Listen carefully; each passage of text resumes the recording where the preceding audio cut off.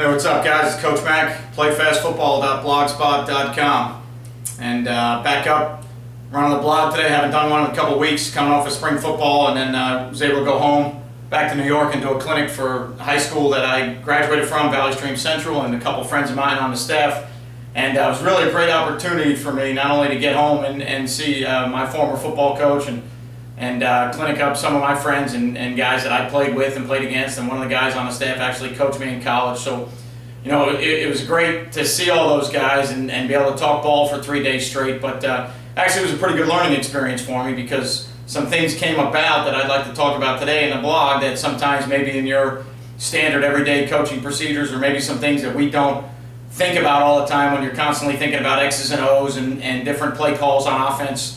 You know, some of the things that maybe you take for granted that you do and you don't really realize it, or, you know, things that get done that you think maybe are just everyday situations. And one of the things that came up as we started looking at some of the problems that they were having from the previous year, one of the things that came up was the game day procedures and operations of the coaching staff. And, you know, what had happened was it started with talking about some of the jet stuff and some of the jet power read stuff, and then the quarterback counter off the jet. And then trying to find some answers to the way teams were playing the jet. They felt like they were really being overplayed to the jet side and with a lot of heavy rotation and some front side blitzes to the jet side. And so, you know, when we started thinking about coming up with answers and we started looking at play action passes and you know, ways to maybe attack over the top when the secondary was getting hard rotation down, and, you know, maybe ways to incorporate some five-step passing game theories off of the jet motion. What we started doing, we went back and started watching film. One of the things we realized was that they really only overplayed the jet out of one formation. So one of the biggest issues they had was when they were in 2x2, all right, and they would have the sniffer up to the front side here, and they would go jet motion strong, all right, and they would run either jet sweep or power read. What was happening was they were getting a lot of heavy rotation. Some teams were even bringing a guy down and trying to send him off the edge right now, and then they were getting heavy rotation from the free safety, and they felt like everybody was really on top of and overplaying the jet. So, you know, one of the other things that I was looking at was they were getting a lot of teams where the mic was running over the top of the jet. So the first thing we talked about right away is I said, you know, the quarterback power off the jet is a way to handle and slow down, you know, that run of the Mike linebacker over the top of the jet sweep motion. If that's an auto check for them, when you come back and run the quarterback power right at him, you know, when that Mike starts running over the top and you slip the quarterback inside of that, after 2 or 3 plays where you gain 6 to 8, maybe 12, 15 yards, he's got to stop running out all the time on jet motion. You know, so that's one of the ways to kind of find out what the inside linebacker's doing. Is that some type of pregame or check that they made? Does he run over the top of every motion? Was it just maybe that one play they had a gap exchange on? So as we started talking about that, and, you know, the next thing we talked about was having the sniffer, making sure that when you're getting these blitzes and the slot receiver can't get to the force player, making sure that the sniffer is responsible for the first thing outside the C gap that shows, so the sniffer can get up on the blitzer, and then you just take the slot and put him down on the Mike that's trying to run over the top, or you could push the slot up to the free safety who was trying to replace the linebacker that came. We started watching more film, and the first thing I had asked, I said, well, you know, did you ever notice how fast a Mike linebacker was running over the top? And the guy that happened to be calling the plays at the time said, you know, no, I was kind of looking at the jet and the front side. And the more film we started watching, as we started talking about it with the whole staff there, we started realizing that, you know, guys were getting caught up in the plays and the point of attack, and they weren't really able to analyze how and why the plays were being stopped and what the defense's reaction was to the different sets and the motions, because they were just looking at the play and they would run the jet and the jet would get tackled for a 5-yard loss, and all of a sudden they thought that that was a bad play and they never went back to it. So what we got into, and I never really thought about this for myself, it's just something we kind of do as a staff, what we got into was starting to talk about maybe how you can assign guys on your offensive staff to watch different things so that they can help your play caller out. Now, the one thing you don't want to have on offense is you don't want 5 guys that are suggesting plays to the play caller. As a play caller, especially on a headset, you don't want 4 guys that are telling you what play they think you should run every down. But what you do want is you want input and feedback from different guys on different players on the field so that you can determine why certain plays you're having aren't successful. I've never been much of a sequence guy or a series guy. I know that there's some people who are series or sequence type guys, and they run an offense where if they run a certain play and the end makes the tackle, well, they come back to this play. If the front side backer makes the tackle, well, they come back to this play. I've been more of an offensive guy. For me, I coach kind of by gut feeling and by instinct and by feel, and I've never been much of a series guy. But the one thing that I do know is if you understand how and why certain formations and plays are being stopped and who's stopping them, then it's easier to come back with what you think your answers are. And a lot of your answers might already be into your system, all right, and not things that you got to draw up on paper to say, hey, I think to answer this, we've got to come up with play action and these routes. You might have an answer already in there if you know what the problem is.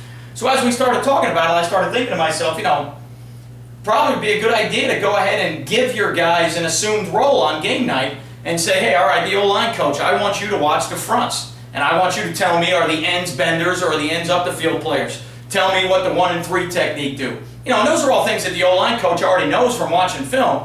But on game night, I want him to reaffirm that to me.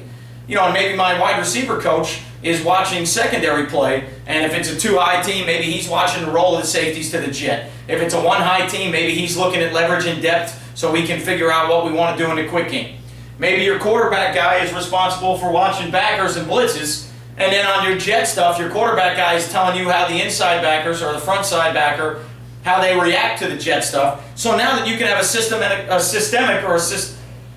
in which you approach how you want to handle the problems that you have, because now you know what the problems are as opposed to just running a play and saying, well, don't go back to that play, it wasn't very good. Okay, so, it happened for us in our spring game, and it wasn't even something that I delegated to anybody. It just happened to be my quarterback coach. On our second drive, we got inside the 15-yard line, and he said, Coach, I think we're getting a lot of man free with 1 high. I think we got a good matchup with the slot on the outside backer. Give us a corner out here. So I put us in a formation that I thought would get the coverage, and I just ran our front side combination with a corner out by the slot, and sure enough, it was man free. The safety stayed in the middle, and the corner followed down the inside snag route, and we got a good matchup with our slot on an outside backer, and we scored on a 15-yard corner route. And, that was more of a coach seeing something and seeing their coverage to a formation and just relaying information, as opposed to coming in and saying, hey, coach, run this play. He just came back and said, hey, I think we're getting 1 high. I like the matchup with the slot on the backer. I think we could get a corner out here. So I started thinking about that when I was talking with the guys on the staff I was clinicking, and I started thinking and saying to those guys, all right, well, let's give guys jobs so that we're all not just watching the game. A lot of times we get into a habit of just watching the game, and we don't watch or coach the game. We watch it, we watch the point of attack, and even worse, a lot of times we just watch the ball carrier. And then when a play gets hit for a 5-yard loss, you don't go back to it because you think it's just a bad play. Okay? One of the other things we noticed as we started going through that was, after 7 or 8 months to digest it all and relook at some of their films, they really thought that a lot of people were just overplaying the jet, heavy rotation to the jet. And as we broke it down by formation, what we started finding out was they really weren't overplaying the jet, they were just overplaying certain formations. Because when they got back into 3-by-1 now, versus the very same team, they got back into 3-by-1, okay, and then they tried running some jet stuff back to the single. So when they got into 3-by-1 with the sniffer to the single, okay, what started happening was the other team was playing the trip set. Okay, so they were a 1-high structure. They didn't come out of their 1-high structure too much, so they just kind of bumped their backers a little bit. All right, they just tried to kind of bump and adjust, and but they put the free safety kind of over that number 3 receiver. Okay, and when of the 2 or 3 times that the jet was run back to the single side, okay, here, there wasn't a front side blitz, and there was no strong, hard rotation by the free safety over the top. All right? So as we started watching that, what we started getting into was the fact that they weren't overplaying the jet per se, they were overplaying a certain formation. And what happens is, as a play caller, if you're not having success in that game, you start getting away from certain things and you don't go to other things because you don't have a system of information being delivered to you to say, hey coach, they're overplaying it in 2-by-2, but in 3-by-1, we're not getting that hard edge blitz and we're not getting that hard rotation. 3-by-1's a better look for us. So if you could break your staff down and guys could see that information as it happens and as it develops in the game, you can give yourself a chance to call better plays. Because one of the worst things as a play caller, and it happens to me every week, whether we score 40 points or we score 0 points, you go back and you look at the film and you look at certain formations and you see how they play for those formations and you say to yourself, why didn't I go back to that? Why did I get out of that? And then you beat yourself up all the time, especially when you lose. If you win, it's okay, but when you lose, you beat yourself up and you say, man, I should have stayed in that set. That gave us what we wanted.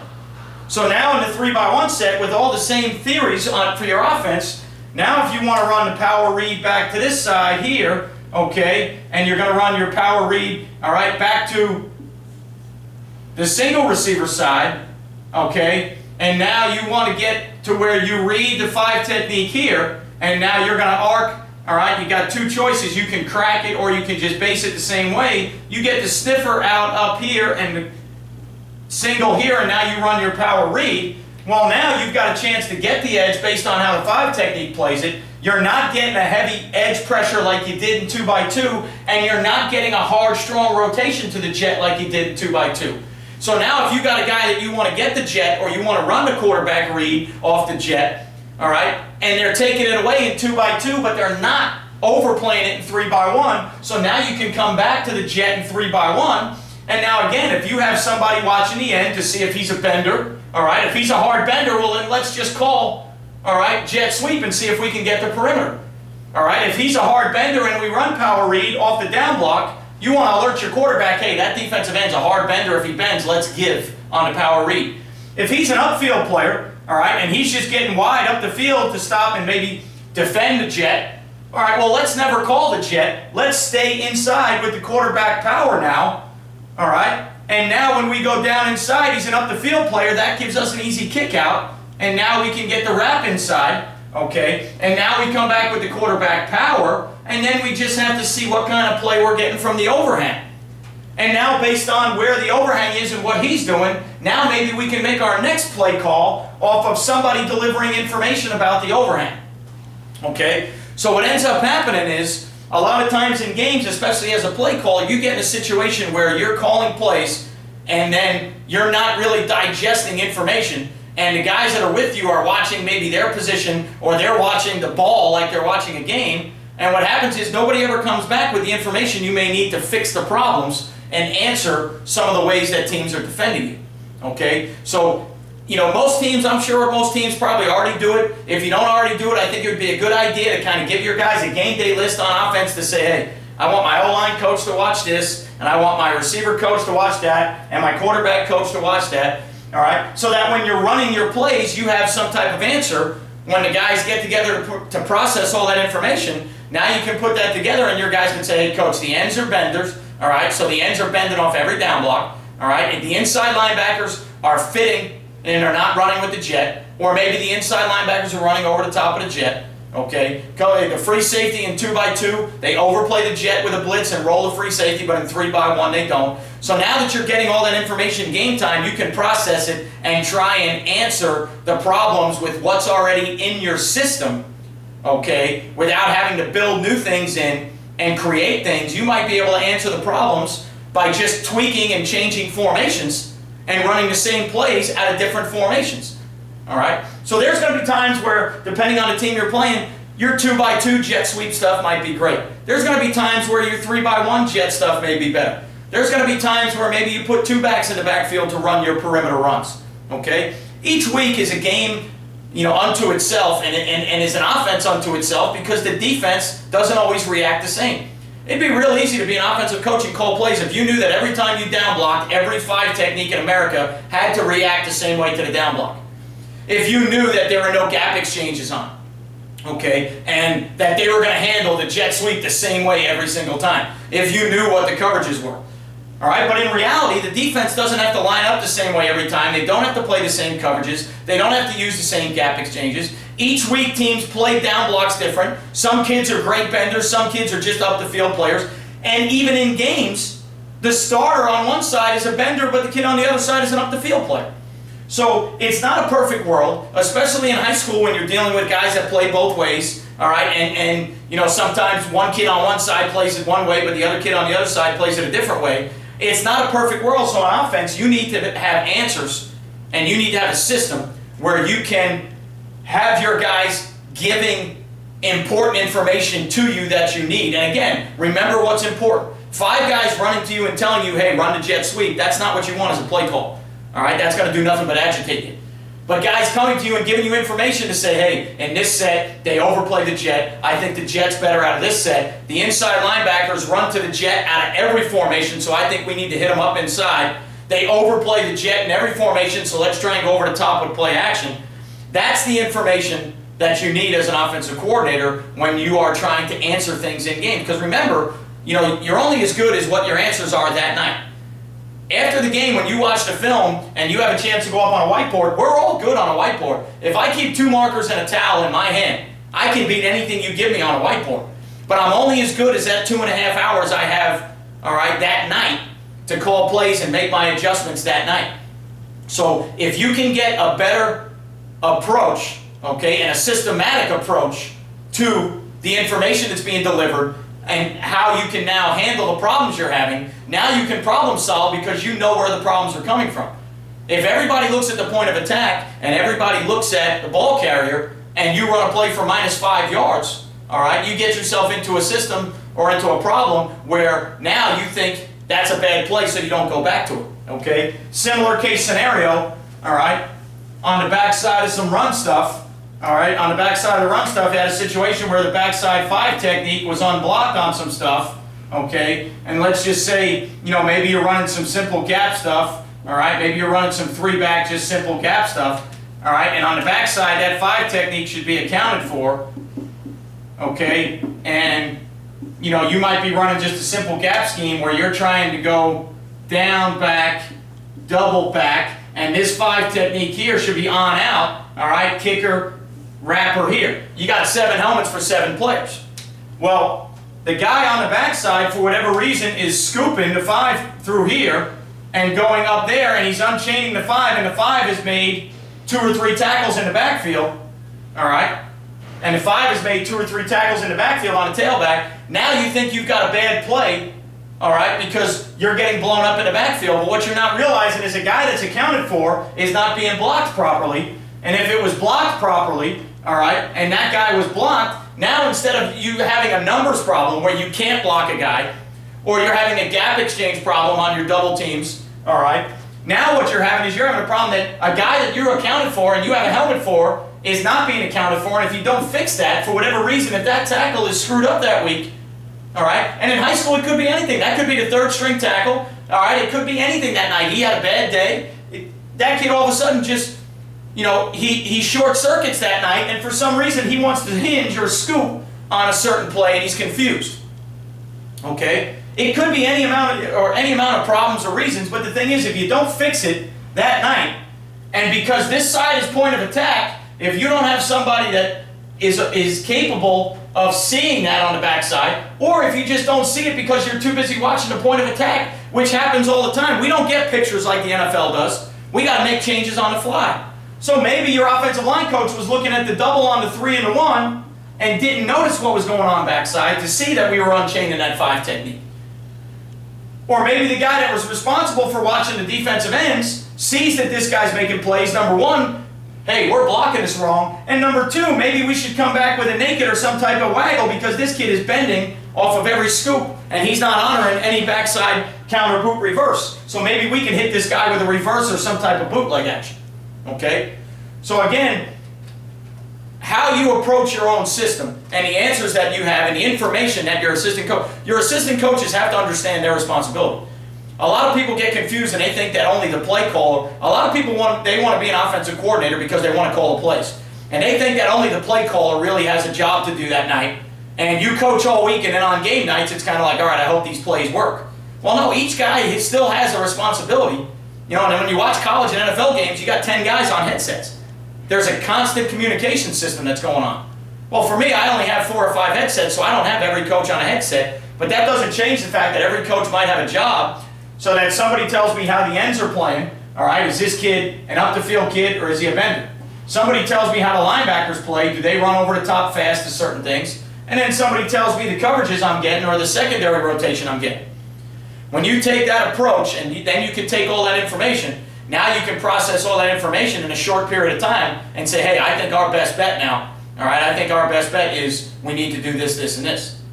All right. Great point the other night. If anybody watched the NBA Finals in Game 5, somebody asked Coach Popovich about his halftime adjustments, and he said we didn't make any. Okay? A lot of people get caught up with halftime adjustments. Well, I got news for you. If you coached all week and your kids didn't get it in 4 practices, they're probably not going to get it in 11 or 12 minutes at halftime. So halftime adjustments sometimes get overplayed.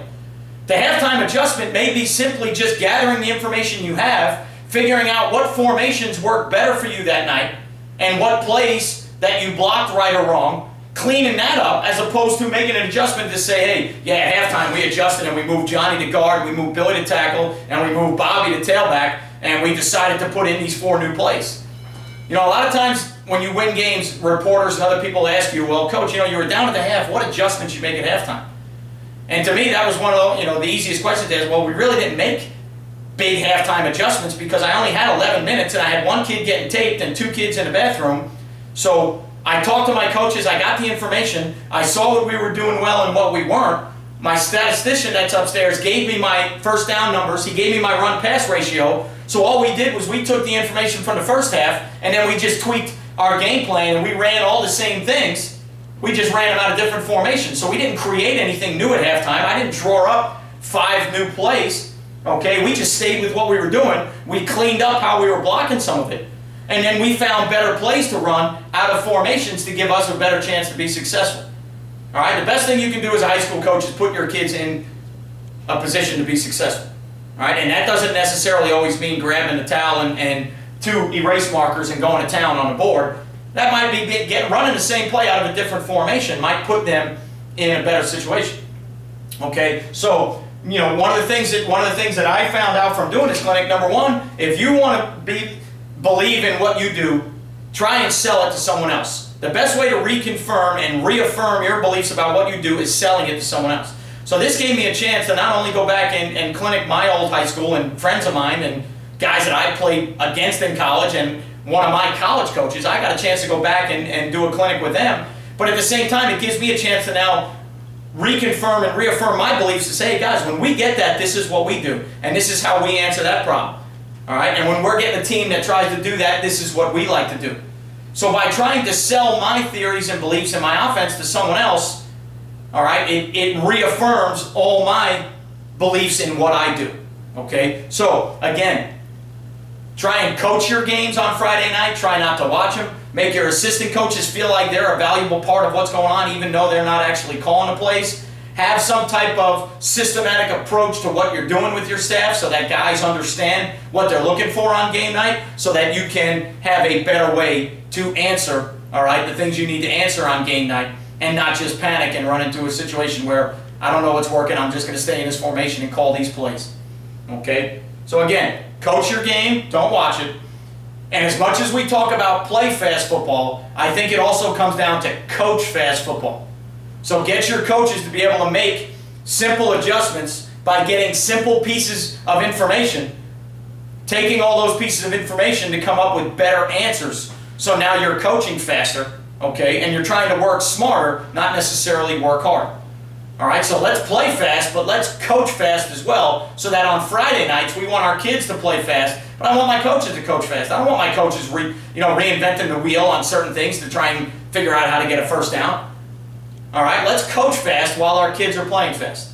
Okay, and the better chance you have of your kids playing fast and your coaches coaching fast, I think you have a better chance of being successful.